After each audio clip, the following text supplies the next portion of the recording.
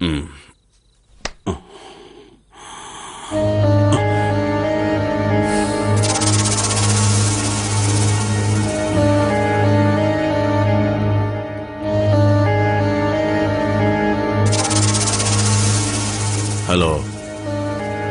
Advocate Subramanian അല്ലേ? ഞാൻ JP Jayapal Menon. താൻ ഫോൺ കൊടു. ആ, ഞാനാ വക്കീലേ. നാളെ താനൊരു ഡിവോഴ്സ് പെറ്റീഷൻ പ്രിപ്പയർ ചെയ്ത് വെക്കണം.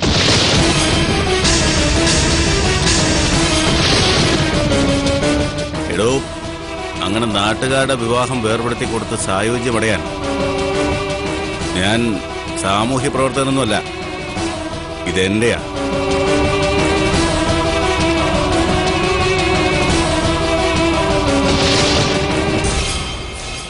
ആ, നാളെ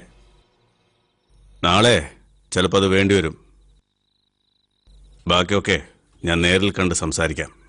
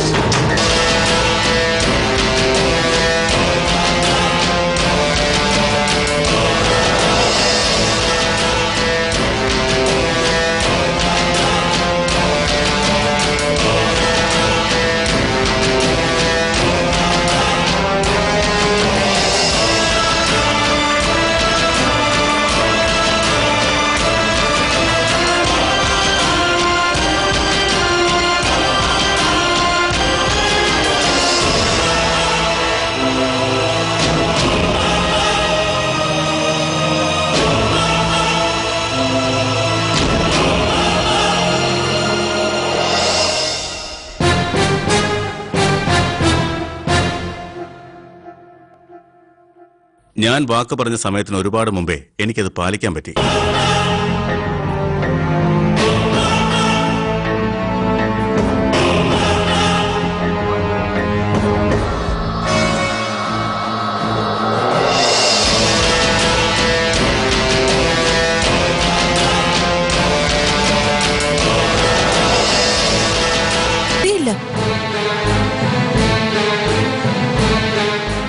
പിന്നെങ്ങനെ അവള്?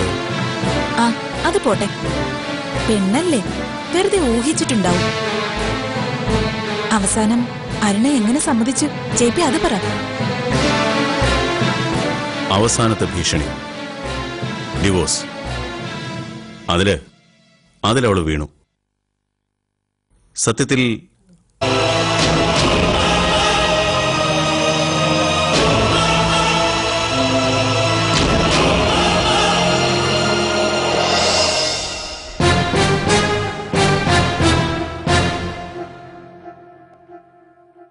ഞാൻ വാക്ക് പറഞ്ഞ സമയത്തിന് ഒരുപാട് മുമ്പേ എനിക്കത് പാലിക്കാൻ പറ്റി.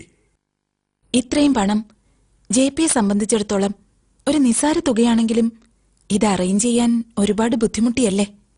ഹേയ് മീര, നമ്മൾ പരസ്പരം സംസാരിക്കുന്ന വിവരം അരുണ എങ്ങനെ അറിയുന്നു? അതാ എനിക്കങ്ങോട്ട് മനസ്സിലാവാത്തത്. താൻ എന്നോട് ക്യാഷ് ചോദിച്ച വിവരം ആന്റിയമ്മയോട് പറഞ്ഞിരുന്നു? ഏയ് ഇല്ല. കഴിഞ്ഞ തവണത്തെ ഒരു അനുഭവം ഉള്ളതുകൊണ്ട് ഞാൻ ഇക്കാര്യം മിണ്ടിയതേയില്ല. പിന്നെങ്ങനെ അവള്? ആ അത് പോട്ടെ, പെണ്ണല്ലേ, വെറുതെ ഊഹിച്ചിട്ടുണ്ടാവും. മീര, എന്നെ ഞാൻ പറയാതെ മനസ്സിലാക്കാൻ പറ്റിയ ഒരാളെങ്കിലും ഉണ്ടല്ലോ ഈ ലോകത്ത്. അത് മതി, അത് മാത്രം മതി എനിക്ക്.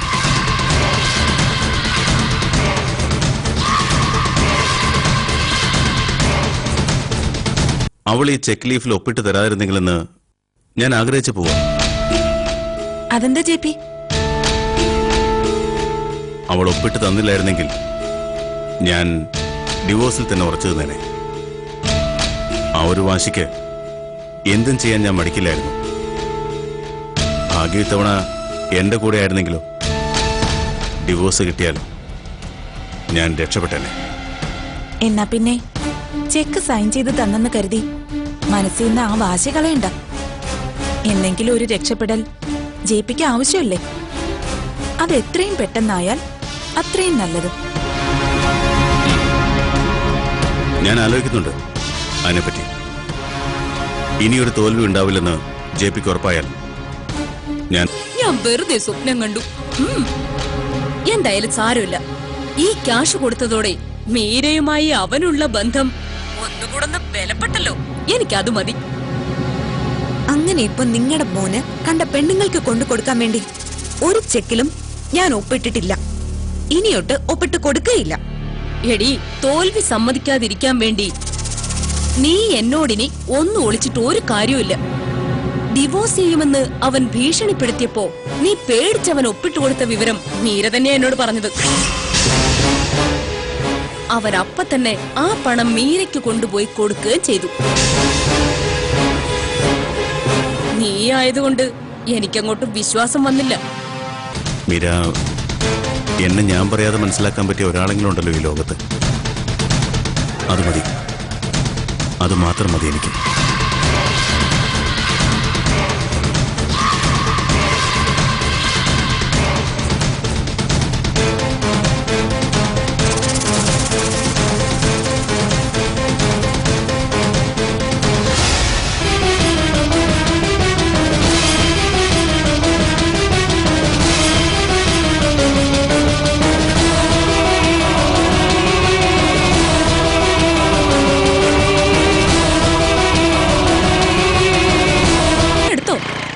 ഞാൻ കരുതിയത് ഇനി ഒരുപാട് സന്തോഷങ്ങൾ കേട്ടു നിൽക്കാനുള്ള കെൽപ്പ് നിനക്ക് ഇല്ലാത്തതുകൊണ്ട് നീ ഫോൺ എടുക്കില്ലായിരിക്കുന്ന. എടി, ഇത്രയൊക്കെ ഉള്ളൂ നീയൊക്കെ. ആണൊരുത്തൻ നന്നായിട്ട് മീശ പിരിച്ച് കാണിച്ചപ്പോ അതോടെ തീർന്നു നിന്റെയൊക്കെ അഹങ്കാരം. എന്തായാലും നീ ചെക്കൊപ്പിട്ട് കൊടുക്കില്ലെന്നും അതോടെ JP നിന്നെ ഡിവോഴ്സ് ചെയ്യുമെന്നും ഞാൻ വെറുതെ സ്വപ്നം കണ്ടു. എന്തായാലും സാരമില്ല. ഈ ക്യാഷ് കൊടുത്തതോടെ മീരയുമായി അവനുള്ള ബന്ധം. പറയടി, ആരോട് ചോദിച്ചിട്ടാ നീ അങ്ങനെ ചെയ്തത്? ഞാനൊരുത്തി ഇവിടെ കിടന്ന് ഓരോരോ കാര്യങ്ങൾക്ക് നെട്ടോട്ട് ഓടുന്നത് കാണുന്നുണ്ടാവില്ലോ നീ. ഒന്നൊന്നായി ഓരോ കരയ്ക്ക് അടുപ്പിച്ച് വരുമ്പോ എന്തെങ്കിലും അബദ്ധം കാണിച്ചു കൂട്ടി നീ അത് തൊലയ്ക്കും. നിങ്ങൾ തമ്മിൽ വഴക്കുണ്ടായതിനു ശേഷം ഏട്ടൻ വക്കീലിനെ വിളിച്ചതും ഡിവോഴ്സിന്റെ കാര്യം പറയുന്നതൊക്കെ കേട്ടപ്പോ ഞാൻ അവരപ്പ തന്നെ ആ പണം മീരയ്ക്ക് കൊണ്ടുപോയി കൊടുക്കുകയും ചെയ്തു. നീ ആയതുകൊണ്ട് എനിക്കങ്ങോട്ട് വിശ്വാസം വന്നില്ല. മതി മതി നീ പറഞ്ഞത്. നമ്മുടെ പൂർവിക സ്വത്തോ ഞാൻ ഇങ്ങോട്ട് സ്ത്രീധനമായി കൊണ്ടുവന്നതോ ഒന്നുമല്ല ഞാൻ എടുത്തു കൊടുത്തത്. അവരുടെ പണം അവരുടെ ഇഷ്ടത്തിന് ചെലവഴിക്കും. അത് വേണ്ടെന്ന് പറഞ്ഞ് തടഞ്ഞു വെക്കാൻ നമുക്കൊരധികാരവും ആയിരിക്കും. ഇനി വാരിക്കോരി കൊടുക്കടി നീ.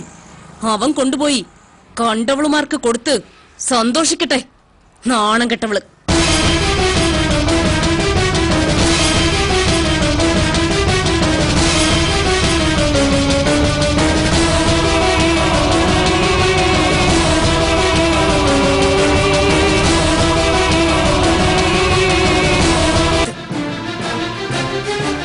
അത്രേ ഞാൻ ആഗ്രഹിക്കുന്നുള്ളൂ, അത്രമാത്രം. അത് ശരി. അപ്പൊ നിനക്ക് അത്രമാത്രം മതി എന്നുള്ള സ്ഥിതിക്ക് നീ ഒപ്പിട്ട് കൊടുത്തെടുത്ത പണം നിന്റെ ഭർത്താവ് എന്തിനു വേണ്ടിയാ ചെലവഴിച്ചതെന്ന് ഞാൻ മറച്ചു വെക്കുന്നില്ല. ഇപ്പോ പുതിയ ഒരുത്തി വന്ന് കേറിയിട്ടുണ്ടല്ലോ, മീര. അവൾക്ക് വേണ്ടിയാ അവളിവിടെ വന്ന് കേറിയതേ. വെറുതെ ഒരു നേരം പോക്കിനല്ല. അവള് കണ്ണു വെച്ചിരിക്കുന്നത് നിന്റെ കഴുത്തി കിടക്കുന്ന ഈ താലിയില.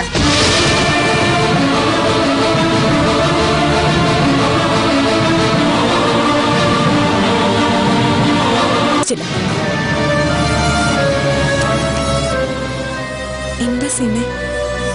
ഇന്നലെ ജെ.പി. മേശപ്പുറത്ത് വെച്ചിരുന്ന ചെക്ക് ലീഫിൽ നീ ഒപ്പിട്ട് കൊടുത്തു അല്ലേ? പറയൂടി, ആരോട് ചോദിച്ചിട്ടാ നീ അങ്ങനെ ചെയ്തത്? ഞാനൊരുത്തി ഇവിടെ കിടന്ന് ഓരോരോ കാര്യങ്ങൾക്ക് നെട്ടോട്ട് ഓടുന്നത് കാണുന്നുണ്ടാവുമല്ലോ നീ.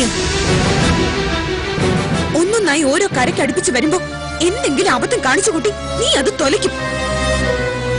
നിങ്ങൾ തമ്മിൽ വഴക്കുണ്ടായതിനു ശേഷം ഏട്ടൻ വക്കീലിനെ വിളിച്ചതും ഡിവോഴ്സിന്റെ കാര്യം പറയുന്നതൊക്കെ കേട്ടപ്പോ ഞാൻ കൈക്കൂലി കൊടുത്ത് എത്ര നാൾ നീ നിന്റെ ഭർത്താവിനെ കൂടെ പിടിച്ചു നിർത്തും? അങ്ങനെ കാശിനു വേണ്ടി മാത്രം നിൽക്കുന്ന ഒരാളെയാണ് നിനക്ക് വേണ്ടതെങ്കിൽ തുച്ഛമായ ശമ്പളം കൊടുത്താൽ ആ ജോലി ചെയ്യാൻ കാത്തു നിൽക്കുന്ന 100 പേരുണ്ടാവും. അവരിൽ ഒരാളെ ഞാൻ നിനക്ക് കണ്ടുപിടിച്ചു തരാം. എന്താ? ഒന്നിനും ഇനി എന്നെ പ്രതീക്ഷിക്കരുത്. ഒന്നിനും.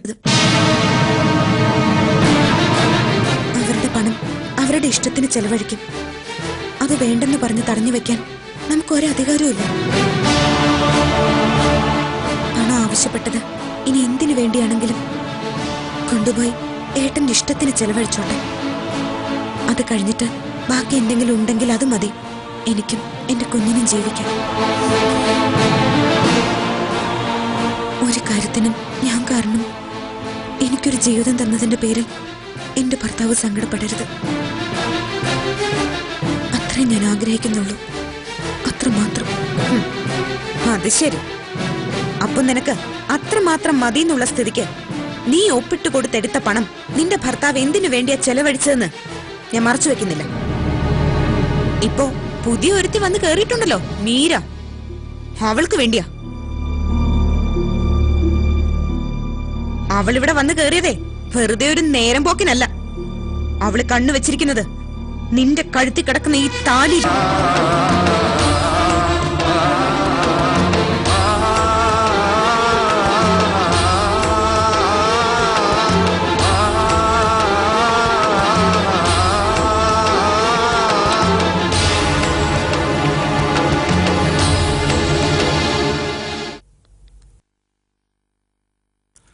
മോളായിരുന്നോ? അവളെവിടെ സീമ? അവളിവിടെ ഇല്ല, പോയി. പോയോ? എങ്ങോട്ട്? എന്താ അരുണേ, എന്താ പ്രശ്നം? നിങ്ങൾ തമ്മിൽ വഴക്കുവല്ലോ ഉണ്ടായോ? അതിന് സാധ്യതയില്ലല്ലോ. ഇതും കൂടി അങ്ങ് ഊരി കൊടുത്തേക്ക്. നിന്റെ ഭർത്താവിന് ഇതിൽ പരം സന്തോഷം വേറെ ഒന്നും ഉണ്ടാവില്ല.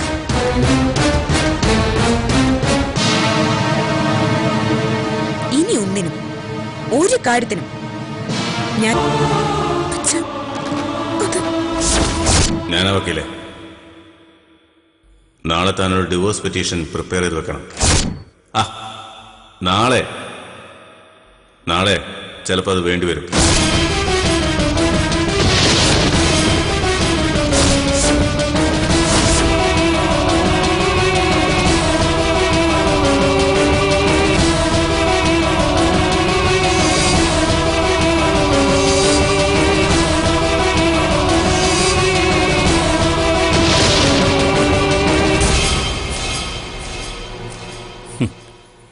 ഇത്രയൊക്കെ അനുഭവങ്ങൾ ഉണ്ടായിട്ടും ജീവിതത്തിൽ ഒന്നും പഠിക്കാത്ത നിന്നോട് ഞാനെന്ത് പറയാനാ? ഒന്നും പറയാൻ